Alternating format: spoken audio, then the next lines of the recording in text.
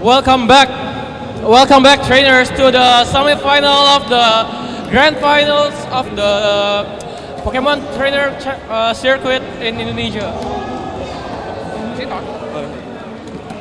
Whoops.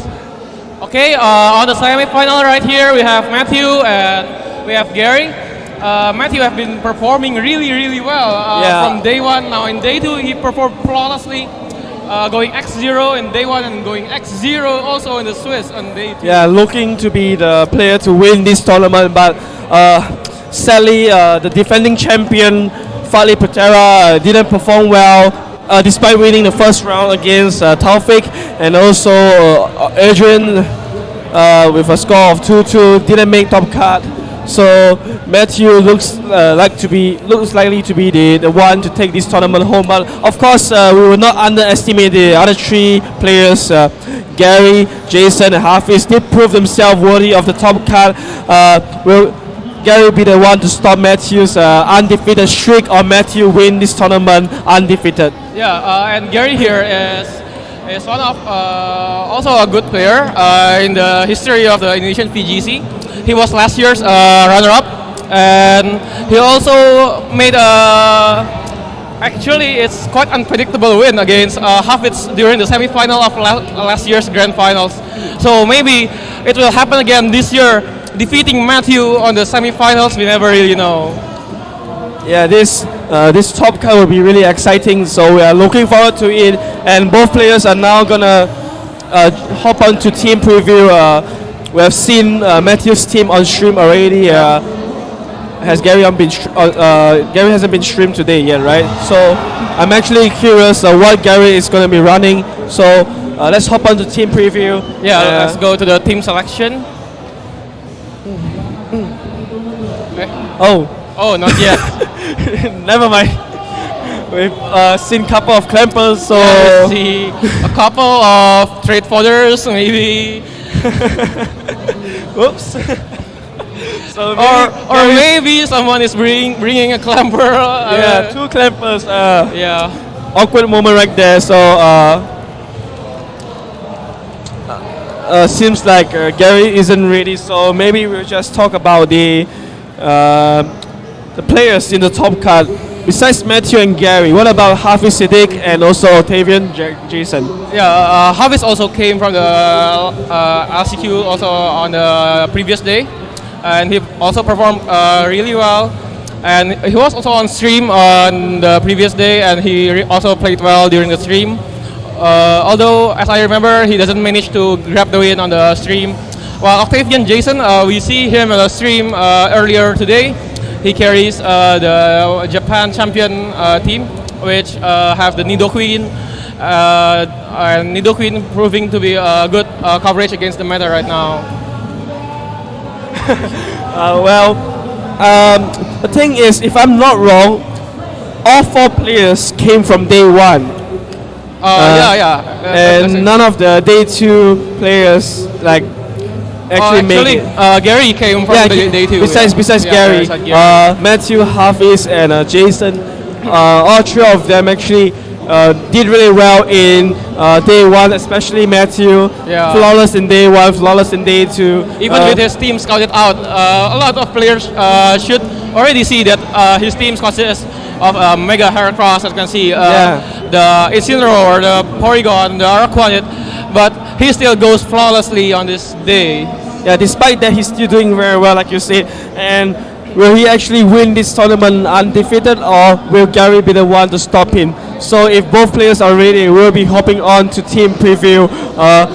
Really interested to see what Garry is running. We have some sneak peek of Clamper in the PC box, but I'm not sure if he's actually bringing Clamper to this tournament. Let's wait until the players are ready for team selection.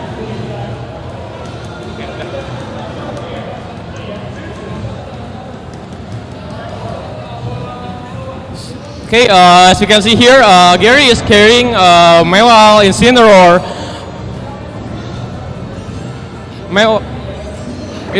Primarina, Sceptile, Komo, and Tundurus Therian. while Matthew have Incineroar, Heracross, Porygon, Metagross, Tapu Koko, and Arquanid. Yeah, the thing about Garry's team is it looks like the team that Ryota Otsobo, the defending world champion from last year, has been using the Sceptile, Primarina, and also the Thunderous Terrans Komo-O core. So Sceptile does get the Lightning Rod after Mega evolving. It supports the Primarina and also Thunderous T. If it's Choice Scarf, usually they can just go for Discharge, boosting the Mega Sceptile's special attack. Really good teamwork there on the team. And and Komo can round up the team with the Z move, with the Z. Yeah, good synergy. Maybe we can probably see another Z Thundurus because I've seen quite some Thundurus carrying maybe Z Focus Blast. Z Focus Blast for Tyranitar, Gigavolt, Havoc.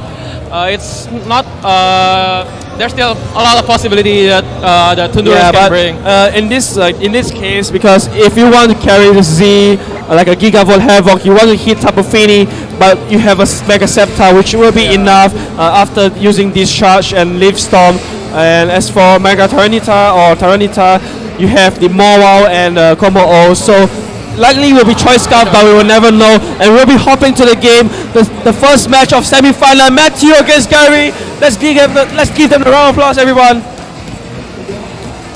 So you can see Matthew leads with Tapu Koko and Incineroar, while Garry leads with Incineroar and Primarina. What do you think of these leads, Ben? So we do know that the Alolan starters have their hidden ability being released early March, if I'm not wrong. So Primarina does get the Liquid Voice. So Hyper Voice will do a lot of damage to both the Tapu Koko and Incineroar. And you don't really need to use the Sparkling Aura anymore, right? Yeah. And what do you think will the item be on this Primarina? I'm sorry? The item on the Primarina? If I'm not wrong, Ryota was carrying the Choice Specs. Primarina to Oko, Assault Vest, Incineroar. It can also be Life Form if it wants to. Usually it's really hard to tell because Primarina haven't been one of the most used Pokemon in this season. Although the defending world champion did use it and did really well with the Primarina, Sceptile, Komo-O, and Thunderous core. Yeah, as you can see here, a fake out blocked by Tapu Koko, and a fake out going into Primarina, dealing some chip damage and flinching it. And on this turn, probably Tapu Koko is safe, maybe to Volt Switch away if it want to prevent or to scout the team. Yeah, unfortunately for Garry, Sceptile doesn't get the Lightning Rod right away before Mega evolving. So a safer switch-in will be the Thunderous to soak up the electric move. But no, Matthew didn't fall for that and just right up Thunderbolt the Incineroar, doing a little bit damage. Might be Assault Vest right there. Yeah, it probably is an Assault Vest. Looking at the quite small damage from the Incineroar, although Flare Blitz and the Berry not activating, which means that it's probably pretty safe. Pretty safe to say it's Assault Vest. Yeah. So now it's good information for Matthew to know if the Thunderous Terran is Choice Scarf or not, because if it outspeeds the Tapu Koko, then it's very obvious it's gonna be the Choice Scarf. Otherwise, Thunderous will go for maybe a Z Focus Blast, like you said, against the Incineroar or Gigavolt Havoc, but it will not get boosted by the Electric Terrain because of the flying type. So, Matthew might want to scout out. Okay, it looks like Tapu Koko did move first, so Thunderous Terrain is not going to be Choice Scarf. As you can see here, the Dazzling Gleam deals quite some damage to the Thunderous. A Sludge Bomb pick up the KO on Tapu Koko. And here we have the Incineroar free to deal up a lot of damage. Thunderous maybe KO too with Flare Blitz. Yeah, it should KO because Thunderous it's not the bulkiest Pokemon. Yeah, it's not the bulkiest Pokemon, and judging from the HP, it only have 4 EV investment on the HP. So you would like to say that this Thunderous have more investment on the speed and special attack. And Primarina not protecting in the first turn and also switching on the second turn, might be choice specs, but we will never know. Life Orb is on Thunderous Terran, so maybe like a Z move Primarina. Mawile coming in here might be the second Mega on the team. Yeah, and here we have the Metagross switching in. Metagross is quite free to deal damage either to Primarina or to Mewal, since its Iron Head will deal neutral damage to both Primarina and Mewal. And what do you think will Matthew do? Will he want to pick up the KO quickly on the Primarina or the Mewal?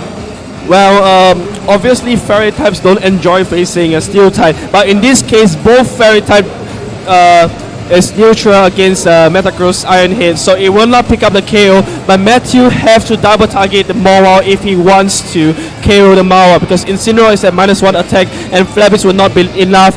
But the thing is, if Primarina outspeed Incineroar, it will pick up the KO with the Hyper Voice. And it's not going to be good for Matthew, so he recognized that and switched the Metagross out into the Porygon 2. You know, the download boost on attack. yeah, and we do know that Matthew is carrying the Thunderbolt on Porygon 2, so if Electric Terrain doesn't expire as quickly, Thunderbolt will do a lot of damage to Primarina, and Sucker Punch failed because Metagross switched out into the Porygon 2, and Hyper Voice does pick up the KO on Incineroar right there. Yeah, that means that it's Liquid Voice Primarina, because it switches the Hyper Voice into the Water type, picking up the KO because it's super effective. And Metagross here coming out. Yeah, Matthew recognizes the Sucker Punch the previous turn, but right now he is not safe to switch anymore because he's down to his last 2 Pokemon. So the only way to avoid Sucker Punch is to protect. But does he want to do that? Because if he protects, it's free damage on the Porygon 2. Yeah, but will the Porygon 2 be able to pick up the damage? Provided, for example, Garry double targets the Porygon with, for example, Iron Voice. Head and Hyper Voice. Yeah. It should pick up the KO. Mawile's attack after the Mega Evolving is a lot of the. I mean, if he have Play Rough, I mean, Iron Head is still good. Play Rough is also good, but Sucker Punch onto Metagross will not pick up the KO thanks to Metagross really high defense after Mega Evolving. Stomping Tantrum will do about 60% to Mega Mawile there. So Hyper Voice will pick up the KO onto Metagross. Well, Porygon 2 go for the Thunderbolt onto Mawile. And yeah, it goes into the Mawile. And here, maybe the Porygon can stall out the Hyper Voice by using Recover. Or maybe he wants to set up the Trick Room so that he's more free to recover afterwards. Yeah, that's true. So Electric Terrain does expire here. Thunderbolt will not do any a lot of damage. Hyper Voice. Single target Hyper Voice. Is it enough? Porygon to hang on! Oh, goes for the recover there. So Matthew might just store out the Hyper Voice right here. And if Garry is indeed using Choice Specs Hyper Voice, he is getting timeout. You know, he's down to the timer. And also, it's also a good information here because Primarina haven't changed any move since previously. Oh, Thunderbolt going to the Primarina. Matthew might have misclicked right there, you know, judging from his reaction, you know, recover is actually the better move, but in this case, Garry is 1-0 up against Matthew, and will he be the man to stop Matthew from going undefeated in this tournament? Primarina showing everyone how good she or he actually is, you know. It deals a lot of damage with Hyper Voice, especially after its Liquid Voice, Liquid Voice. And as we can see, even Porygon almost dealing half of its health, even with the bulk that Porygon have with the Eviolite. Yeah, nowadays people don't really use Primarina. Like Milotic is usually the better option. You get competitive, so Landorus and Incineroar will have to think twice switching in against Milotic. And also Milotic have much better special defense and speed than Primarina, but Primarina does have a higher special attack than Milotic, and also the double target move Hyper Voice boost with the Liquid Voice turning it into a Stab Water type. It's gonna do a lot of damage. Yeah, and now we can go to the team preview of Game 2.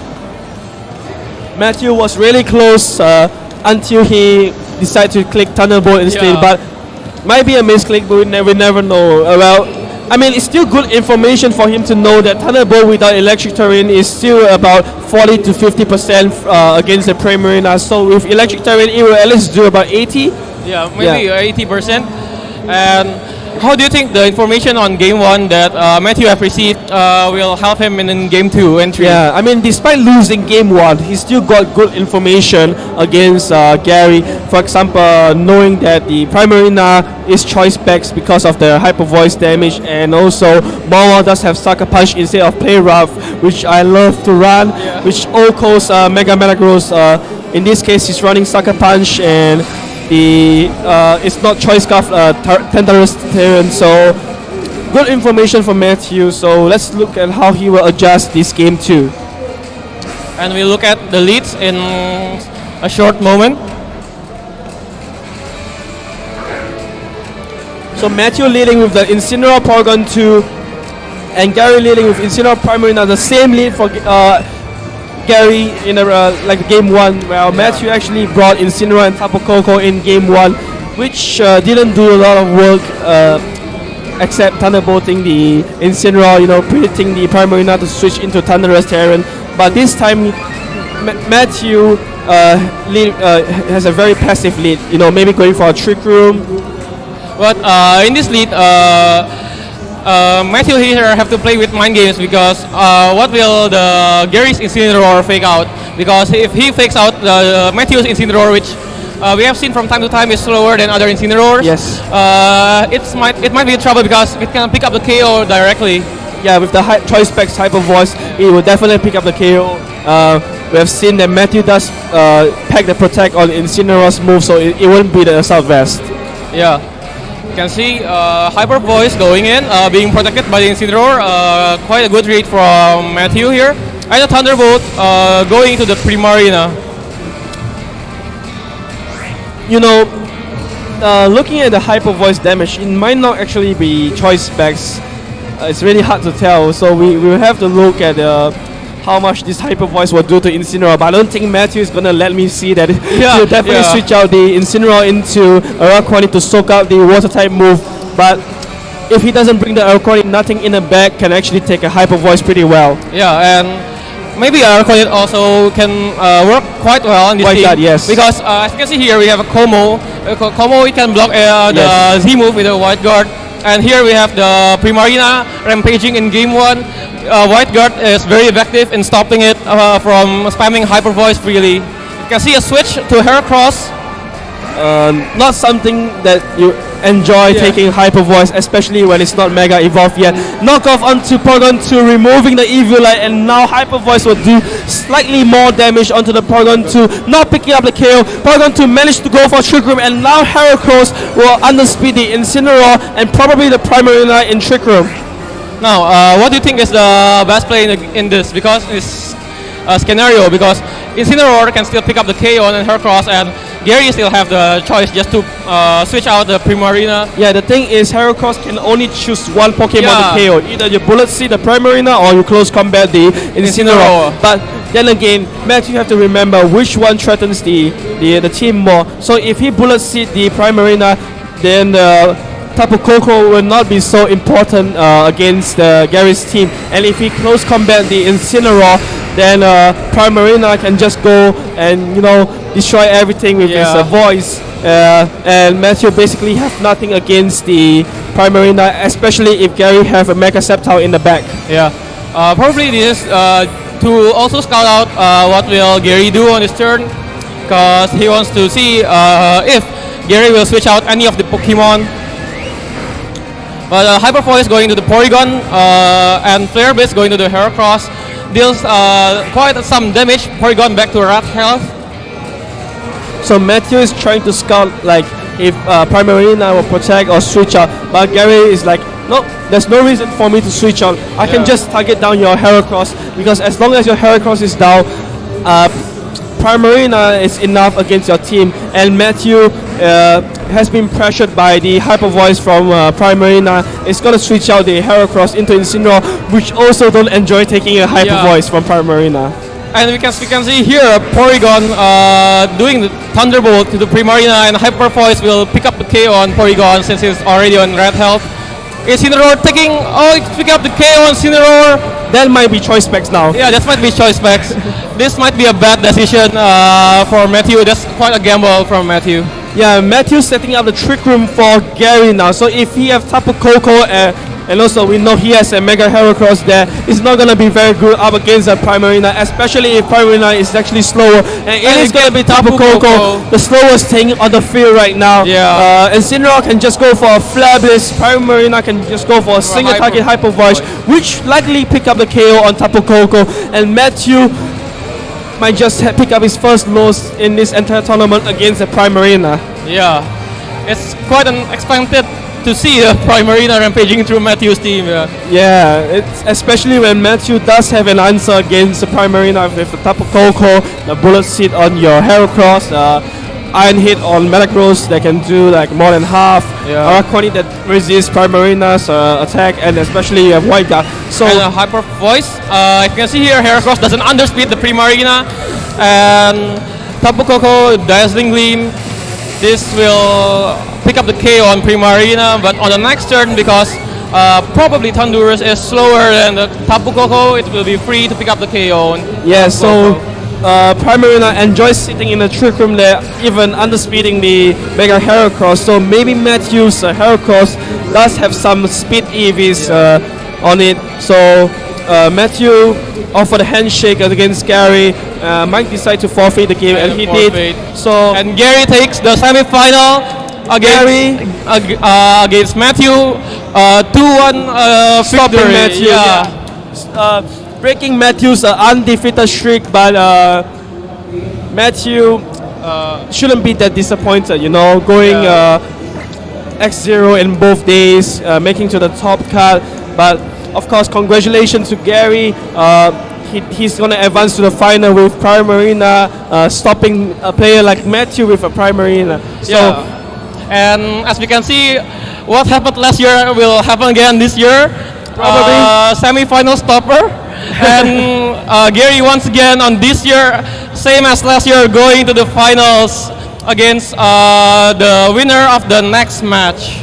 So we'll go to the winner's interview. Stay tuned for the next semi-final. And we will see you soon.